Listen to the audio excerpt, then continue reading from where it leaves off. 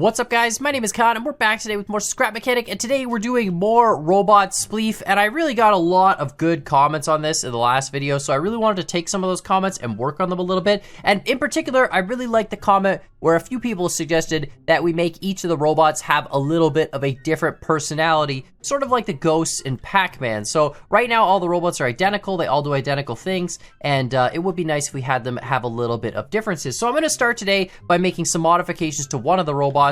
We're going to change it up and have it have a different personality, and then we're going to put two of them with the new personality, two of them with the old personality, and see which ones are better, and eventually we'll evolve the Spleef robot to be like this amazing, super clean, really effective killing machine. So right now, obviously, we are in complete vanilla. It's challenge mode, there's no mods, and I actually spent a fair amount of time modifying the arena. Originally, we had all four launch pads on the same side.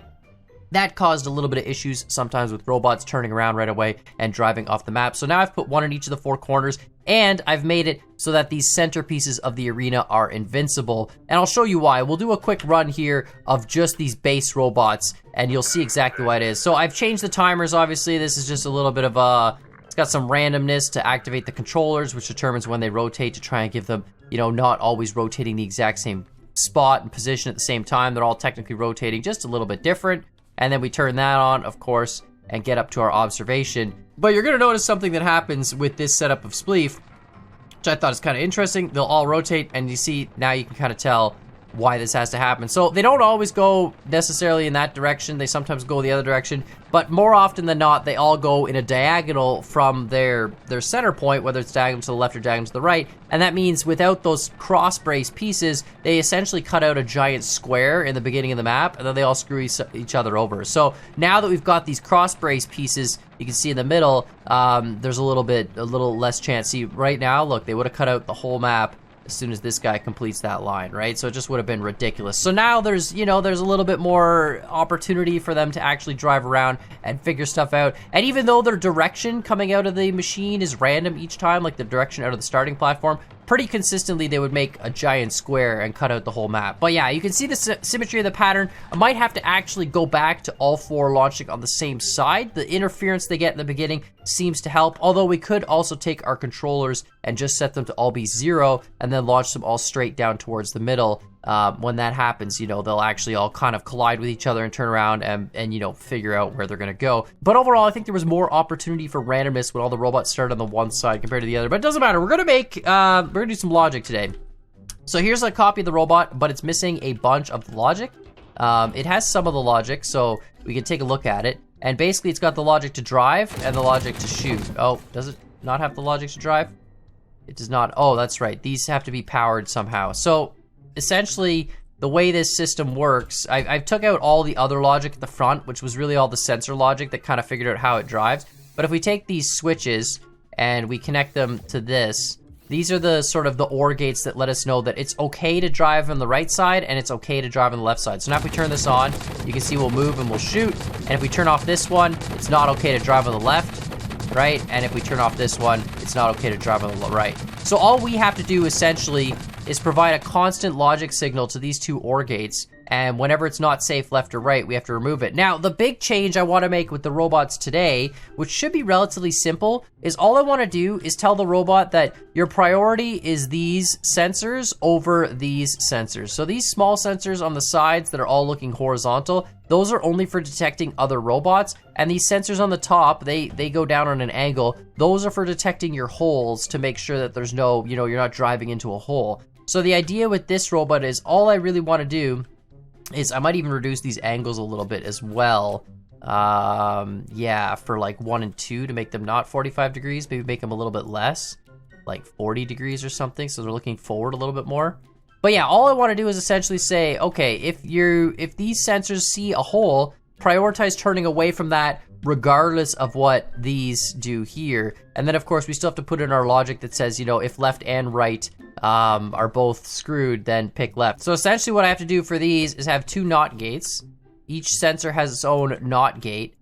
Because the way these sensors work is both the top and bottom sensor have to be deactivated in order for it to consider that an actual hole, right? So there we go, two NOT gates, and then if we put two AND gates here and we connect all this into that. Like, so those two go into that one, and those two go into that one. So if this AND gate lights up, it means there's a hole on the left. If this AND gate lights up, it means there's a hole on the right. So if this one lights up, we gotta turn right.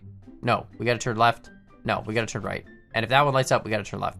Now the other set of sensors, so we're gonna paint these ones. Let's paint these, for now, let's just paint the pink. Those are our high priority ones. And then the next set of sensors is these ones, and they're just OR gates. And that's because these sensors are always off, and they only turn on when they see something, whereas these ones are always on because they're always seeing the ground, and they only turn off when they see a hole. So it's a little bit different. So these ones are OR gates. These three on the left, they can just go into that OR gate on the left, and these three on the right, you go into that OR gate on the right. So either way, if we see anything here, then, you know, those will light up, no problem, right? Now what we need to do is set a priority system. So we need to say, okay, you have to pick the pink over the other one. So we're gonna need another set of AND gates here. All right, so we're gonna need some other stuff. So first we're gonna need an OR gate here. Let's do this. And this is gonna be to check against these two. So it's really simple. It says, as long as both of the hole sensors aren't active, then you're allowed to use these, right? So these are actually these little blue ones here. Those would be our output gates for these lateral sensors. So basically, if the hole sensors are fine and they don't see a hole, then these gates would activate. But if they do see a hole, then all these sensors are gonna be ignored because the hole becomes the priority. And so then this one can go to that OR gate there, and this one could go to, is that right? You see something on the right? No, these have to be cross-wired, right? If you see something on the right, you gotta stop driving on the left. You see something on the left, you gotta stop driving on the right to turn away from it, okay? So that's that setup. Now we need the other setup, which is these two guys. So this one, I think I can just literally feed straight out. Like, I think this one is, you see something, a hole on the left, so stop driving on the right. Like, I think that just feeds out directly like that. Because as soon as that feeds, this is gonna go off. Right, so that works fine. And then the only thing we need now is we need a couple of AND gates for the final bit. So if both the left and the right are active, wait a minute here, hold on. So we need a couple NOT gates, and the NOT gates are for our condition where basically if both sensors are on, we don't want it turning off both wheels, right? Like if it sees something on the left and it sees something on the right, it can't turn off both wheels. That would be a really, really bad idea, because then the car would just stop. And that's not the point of Spleef. The point of Spleef is you have to constantly be driving. So we need a couple of AND gates, but I think this is as simple as just putting a NOT gate here, and this is a NOT right, which means it would turn left. So if it doesn't see, so that just basically, I think it's just that, right? So the right gate here would activate, would turn this off to turn you to the left. I think this is always gonna turn to the right now by default. I think we wanna swap this. But essentially, yeah, what we're doing is we're saying, okay, so you're only allowed to turn, you're only allowed to turn right if the left is off, right? And if the left is not, wait, I could just put that here. Why am I doing that way up here? I could just do that on these gates over here. Yeah, we just put a NOT gate here. And this would actually be a permanent fix for everything outside of the sensors. Like all this logic up here is just for the sensors, I think. And then if we put a NOT gate here and we just go like that, so the right's powered, that powers the right. And you can only power the left. Is that, no, that's gonna be, oh no, off this, the OR gate there. Yeah, so you can only power the left. Yeah, this is easy. You can only power the left if the right doesn't have a sensor input. So now if we turn this on, right, nothing happens. That's good. That's always a good sign when you turn it on and your vehicle, oh, that's because these need to be, oh shoot, these need to be, oh, that's right. They're OR gates, but then they have to go to a NOT gate to then go into the AND gate. Because I have this one set up with reverse logic compared to the previous one. Because I'm a dum-dum for some reason. It's actually not a big deal. We'll put a couple NOT gates here. But yeah, the other one feeds outputs constantly with NOTs coming off the sensors. This one doesn't. So this one you go like that to there. There we go, like that to there, right? So now it goes. Now it moves, and if I stand in the way, it just completely stops. All right, well that's great. That's great. I made a very effective robot. It doesn't turn. Does it turn this way at least? Oh, it turns that way. Okay, so it's just something with my stupid, not gate setup. I thought I was being a genius with this one, but I'm screwing this up. So hold on, let me fix that. It's just for the priority left turning, right? So it's just so if it sees something on both sides, it can't turn left. Now if I take out that nonsense, this should just work. Oh no, the right turning just doesn't work at all. Stupendous. All right, I'm gonna troubleshoot this, and we'll be back after these short messages.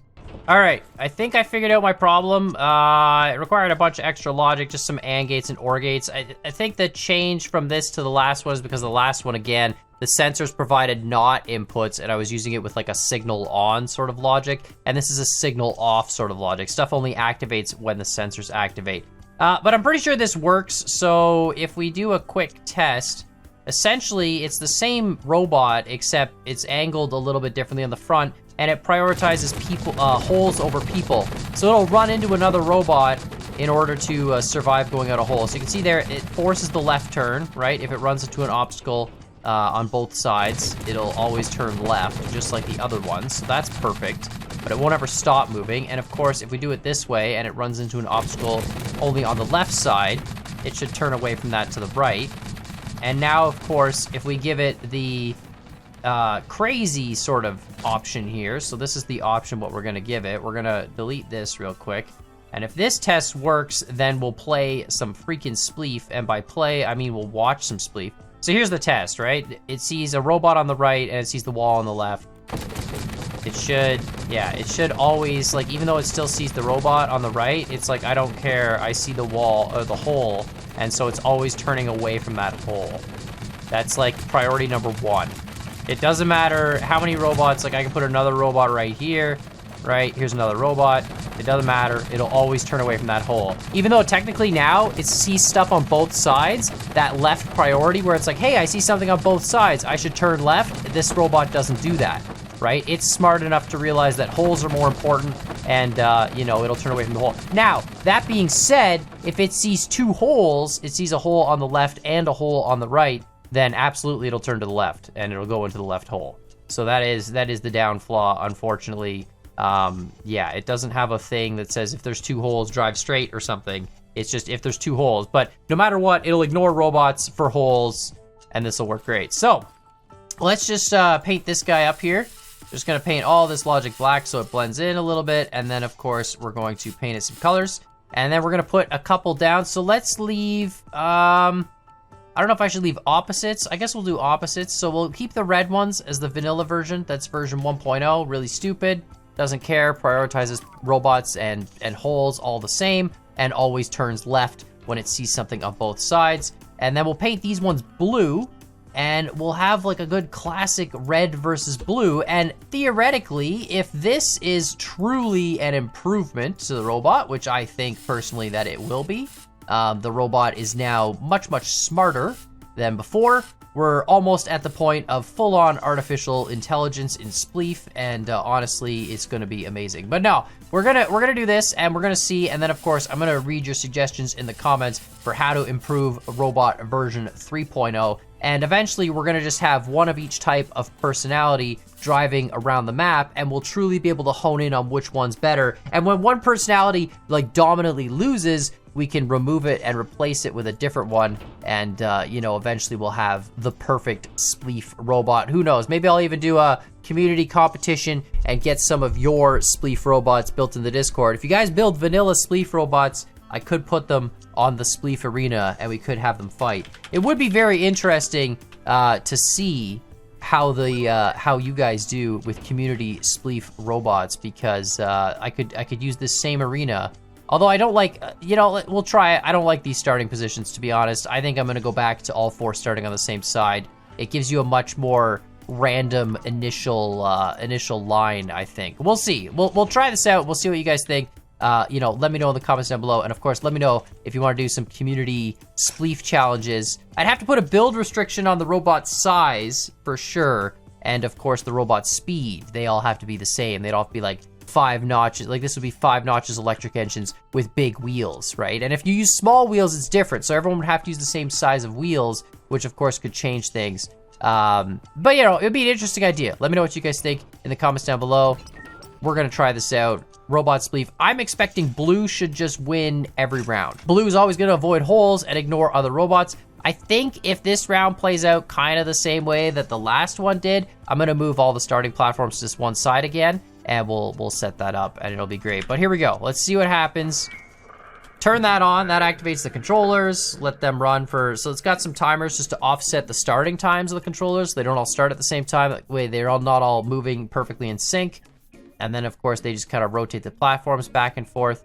And then we turn this on and then we have 5 seconds and then it fires those spud guns to activate all 4 robots. So there they go, they're all going. The platforms still continue to swivel, so sometimes the robots, yeah, they're all pretty much doing the same thing. I think they have to start on the same side because you want them all turning away from each other initially.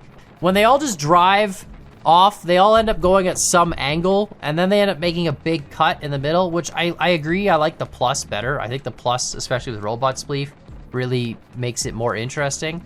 They can't just cut out the whole map in one shot. But I think I'm gonna move all the platforms to the one side after this round because it won't take too long to do that, and I think it'll be much better to have all of them over there. But either way, we'll see what happens. See, they would have cut out the whole map right there. They would have cut out the whole center, and then they'd all would have been trapped in these little quadrants and had nowhere to go. I'm thinking that this game is probably gonna end up being like, this isn't gonna be a good test because they're not actually seeing each other. They're all just sort of driving like a spiral pattern. They're all gonna cut out a triangle. Yeah, gotta love how predictable they are. It's amazing. This blue one should turn away. Okay, that blue one, don't turn left, turn right. The blue one's gonna just drive straight into the hole and die. Okay, that's great. That's great. And that red one just drove straight into the hole and died. Yeah, perfect. Oh, the other red one did. Okay, so technically blue's better, right? They all drove. No, we're gonna fix the starting platforms. All right, I've reconfigured the whole system. Hopefully it works, but we've got red, blue. Again, blue is the improved version. Red is the terrible original version. This should work. Let's see what we got here. Now they're all close together, but they still got some spacing, so I think they'll be fine. Like, I think they'll clear their platforms. Yeah. Oh, and they all turned to the left. Interesting. I could probably remove those ramps now. The purpose of the ramps was that, like, the basically it would cause them to do one final rotation, so they wouldn't come off as straight. But I think now we can remove that. They're all going left. Interesting. Okay, blue's gonna get squished here between the 2 reds. But see, the red is stupid. It's prioritizing. When it sees another robot, it will turn left if it sees something on both sides. Even though it sees a hole and a robot, it might just steer itself right off the map. Blue here is steering away from that robot. This blue's gonna get in the corner, but it will ram its way through robots to get out, so it should be fine. This red might, I don't know, the 2 reds are pinching the blue. Lots of trails happening here. It's a much better start when they all start from the same side, that's for sure. All right, so blue, see blue here, it should always be like, nah, screw that hole. I'm going away. See, this red is, I don't know what this red's doing. This red just turned the wrong way. It saw a hole on both sides, I think. I think it saw a hole and it saw blue. Okay, now it's 2 blues versus 1 red. We'll see. I'm gonna play first team to 3, but I think blue's gonna 3-0 this for sure. They're all just following each other now around the edge of the map. Oh, they carved out a slice. Oh my god, they carved out a slice and that blue's stuck. Okay, it's 1v1 now. Are you guys honestly, you're just gonna drive around the edge of the map? That's gonna be the whole game plan now, right? See, this is where I think we need to have some personalities that are built in, and a lot of people suggested too. I want to do like small steps. I didn't want to do 20 different changes all at once. We're obviously going to develop personalities, but I think this is where the next personality is got to have the elements of blue, I think, where it avoids the holes, but then also has like a random turning element thrown in. So every so often it'll be like, you know what, I'm going to turn in this direction. It seems like all that's happening now is red is carving a bigger line in whatever blue carves. Eventually, blue's just gonna cut something out. Like, that's what I imagine is gonna happen. Reds, they're literally just following each other around the map. That blue is still stuck. I'm pretty sure we could fast forward a bit here. I think blue's gonna still win this, because blue's ahead. Oh, red's deviating. Hold on a minute here. Something's changing. Red saw blue there for a second and was like, nope, I'm going this way. Big cut about to happen. Not a second big cut. I probably can remove the invincible parts now that there are, although they would have cut out the whole map. Yeah, they would have sliced the whole map by now. I probably could remove the invincible parts still anyway. Red's gonna actually, oh my god, blue just got stuck. Red just won. It's 1-0 red. All right, we're gonna remove the invincible parts of the map. And And then we're gonna try this again. And I'm gonna remove these ramps. They don't need the ramps now. They are, again, it was originally a thing because they seem to like to drive straight more often than not when I didn't have the ramps, even though the platforms are rotating. But now they should actually, you know, they should actually drive and intercept each other and all that. And yeah, we're gonna remove these and we're gonna put this back to a full cardboard map. If they cut out the map, they cut out the whole map, you know? I think that's just nature of the game. Let's see what happens here. Full map. They're probably just gonna cut it out. It's 1 point red. First to 3, here we go.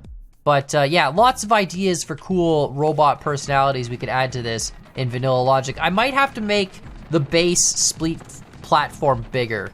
We're gonna need more space for logic when we start doing more advanced functions, and I don't know if the size of this robot is big enough. We might have to make a wider version of it.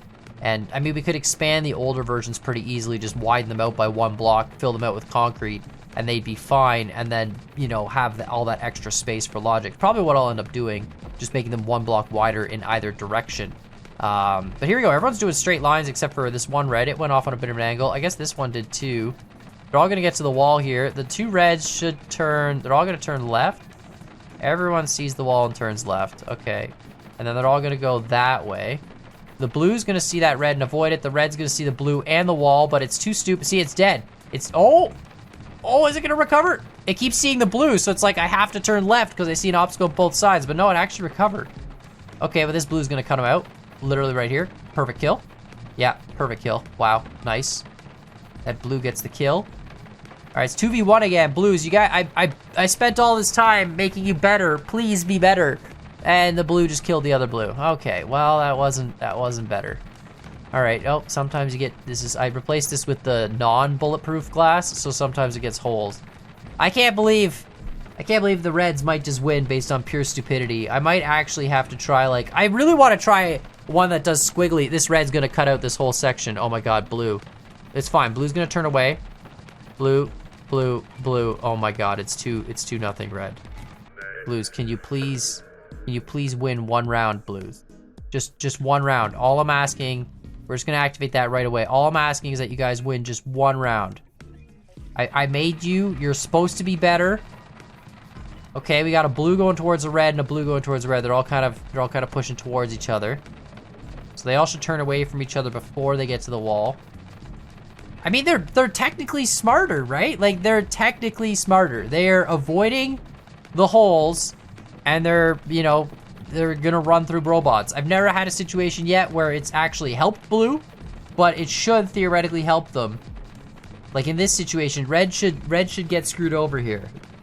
The red's gonna turn towards the blue on the right, and the blue on the left, I think, is gonna turn towards the red on the right. But let's see what happens here. Come on, yeah, no, the blue is, are you honestly gonna kill yourself, blue? No, okay. So that red's going to the corner. Now 3 of them are going to one side. All right, this blue's like home free. He's gonna have his fun little party on that side of the map. This blue is not gonna get cut out. He's gonna be on that side of the red. He'll be okay. He might get cut out by this one. First hole is gonna go there. That's fine. Okay. Blue. Yeah. Okay, that red's turning away. I don't know, man. I think, like, this blue might actually have a chance of doing something this round, but I feel like the pure stupidity of these robots and the RNG of scrap mechanic, like, I feel like red might just win this 3-0. Which just proves my robot is dumber. It's literally gonna kill this blue. This blue's gonna get trapped. Yeah, no, there he goes. Oh my God, it's 2v1. Okay, no, this red's gonna cut out his red comrade, I think. Is he? Maybe. He's blocking him now, so now he's gonna, yeah, no, he's gonna cut him out for sure. Okay, so that's a friendly Are you not gonna get cut out? Are you serious? Oh my God. Oh, there we go. Okay, blue gets a kill. Blue's gonna kill that red. Perfect, go blue. Excellent. Blue, you just need another kill. This red's gonna turn towards you. You're just gonna turn right, cut out that whole chunk that red's on. Oh, it's gonna work. Blue's gonna get this kill. Right here. Blue, turn right. Just turn right, blue. Or turn left, I mean. Turn left. Yeah, turn left. Perfect. Cut it out. Cut it out. Cut it out. Don't die. Don't die. Cut it out. Oh my God, why did that not cut out? Oh, it's still attached over there. It's still attached right there. You gotta be kidding me. Oh my goodness. Okay, blue still can get the kill here. I think red's gonna get stuck in this corner. See, blue turned away from this. Originally, red turned towards the corner. I think red screwed here. Come on, blue, you gotta win at least one game. Oh my god, red's actually following blue down this sliver of a map. Oh my god, blue, please don't die. Please don't die. Turn. Oh, thank god, blue. Thank god, you killed red. Oh my goodness, it's 2-1. Red to blue, it's still alive. Go blue. Another clean launch. Everyone going pretty much straight across the map. I could increase the angle of these. You can see how without the, maybe I'll put one of them, the outside ones with ramps and the inside ones without ramps. Yeah, let's do that actually. Because the ramps really, you can see that how they really mess up the movement. When it has to climb over that little shallow ramp, that makes a huge difference in its ability to leave straight. Let's try it this way. There we go. Let's try that. 2-1, red to blue. All right, so these outside ones, they should struggle a bit. Yeah, see, they struggle on the ramp a little bit harder. This one went hard left. The blue one went hard towards the red one, but that's good. It causes a little bit more variation right off the bat. So it's gonna turn away. The red one didn't even see the blue one. It just turned away. Oh no, that one just went straight up the side. Okay. Well, interesting. It's gonna probably go this way. This blue might just force that one off the map. I have a feeling that's what's gonna happen because the blue one's gonna turn away. It's gonna turn left away from this the hole, the edge of the map, but this red one's gonna see the blue one and the hole, and it's gonna turn left because it has nowhere else to go. It always prioritizes that left turn. This might be the first example of blue's increased intelligence right here. Yeah, red's stupid. Red doesn't have a choice, has to drive straight. Red might still survive. No, look at that. That's in evolution right there. That is the evolution of a robot getting all that much smarter. Now it's 2v1 again. Blue's, although this blue's gonna get, although red might cut that out first, and then blue's gonna turn, it should turn left and come down this way. Yeah, the red one's gonna turn. Oh no, blue, what are you doing? You didn't see it, are you serious? I need to make the sensor system I use for detect, oh well, blue just cut out red. Look at that, 2-2, just like that. But yeah, I need to make a better sensor system. The sensor system I use is just like, oh that's right, I'm in the test. But yeah, the sensor system I use is just these two sensors on an angle for sensing a hole. And obviously you can see how that would be a problem because the raycast, it's like a straight line out from here. So if the hole's closer to you than that, then it's a problem. So, you know, I'm open to suggestions, but 2-2, this is the final round no matter what. We're gonna see who wins here, red versus blue. I really hope blue wins. Blue had a slow start, but you know, the AI has learned some things, and by learn some things, I mean the RNG has been in its favor. Okay, both of them going hard left this time. That's interesting. All four platforms breaking away. That red one's gonna probably just turn and go right up the wall. Blue's now fall. It's a pincer here. The two blues are chasing this one red down. I think blue's gonna win this. I feel like the ability for blue to prioritize not killing itself is high. And now we need to make a robot that has a better sensor setup, I think is the next priority. The sensor setup we use is kind of bad. But I think I'm gonna widen these robots, make a bigger base platform. So that the base platform is always the same, always has the same logic, and I could probably move like the electric engines to the back and stuff, so just leave much more space up front for all the logic. And then that way I can have that base platform uploaded and other people can put their own vanilla logic on it, and we can see who has the best Spleef robot. But I feel like the platforms of the robot should all be the same, because then you're really testing who's got the ability to make it the best. Like the sensor position and stuff, that's up to the player 100%. But the actual like base wheel arrangement, size of the wheels, that should all be pretty standardized, I think. And you can just build a robot that's taller if you had to, you know, in order to make it accommodate whatever logic you're gonna put in. But I feel like that would be the way to do it, because otherwise, if you have people with different sizes of wheels, different, you know, footprints, it might change how the game plays out. And, you know, especially when they come to bump each other and stuff. And I don't think that's necessarily good. It's a close game so far. Everyone's still in, surprisingly. Normally somebody's dead by now. Big cutout on that side of the map. Oh, blue just got killed. Okay, it's 2v1. Oh, red just got killed. Wow, back to back. Oh my goodness. Oh, I think blue's gonna win this. I think that red's gonna die because blue's just gonna cut this out. Look at this, blue wins. Blue wins. Let's go, blue! Look at that. I told you I would make a smarter version, and I made a smarter version. It's so smart. Look at how smart it is. It's gonna wiggle its way to victory. Unbelievable. But yeah, let me know what you guys think in the comments down below. Robot Spleef, I actually really enjoy working on this. These are really fun robots to work on. They're kind of stupid, Like, they're really, really stupid, but you can see the differences between the red and the blue. You know, a lot more nonsense going on in the blue to make it work. And it obviously has that priority. But yeah, let me know what you guys think in the comments down below. Make sure, of course, you hit that like button, hit the subscribe button. Let me know if there's other logic things you'd like to see me do in Scrap Mechanic. Someone suggested Spleef Racing, where they race around a track following a line until they cut the whole track out. I mean, that could be cool. I don't exactly know how that would work, but that would be a cool thing to try. But yeah, let me know what you guys think. And as always, I hope you guys enjoyed this video, and we'll see y'all next time.